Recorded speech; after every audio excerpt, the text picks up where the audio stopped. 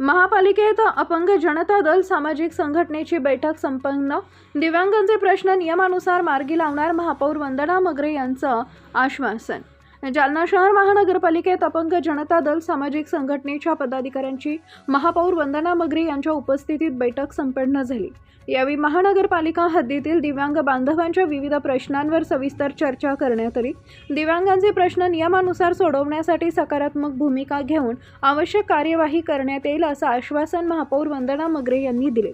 यावेळी अपंग जनता दलाचे राज्य कार्याध्यक्ष भाऊसाहेब दसपुते, जिल्हाध्यक्ष राहुल मुळे, महिला जिल्हा महासचिव सविता बोराडे, महिला जिल्हा सचिव निशा सदावर्ते, तालुका अध्यक्ष रेणुका वाहुळकर यांच्यासह पदाधिकारी उपस्थित होते।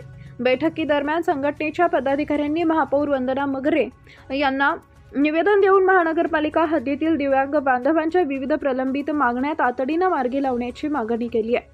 महानगरपालिका कार्यालय परिसरात दिव्यांग बांधवांना झेरॉक्स व संबंधित व्यवसायासाठी जागा उपलब्ध करून द्यावी, तसेच छत्रपती संभाजी महाराज उद्यान व परिसरात नाश्ता अल्पोपहाराचे दुकान सुरू करण्यासाठी जागा उपलब्ध करून द्यावी अशी मागणी त्यांनी केली आहे।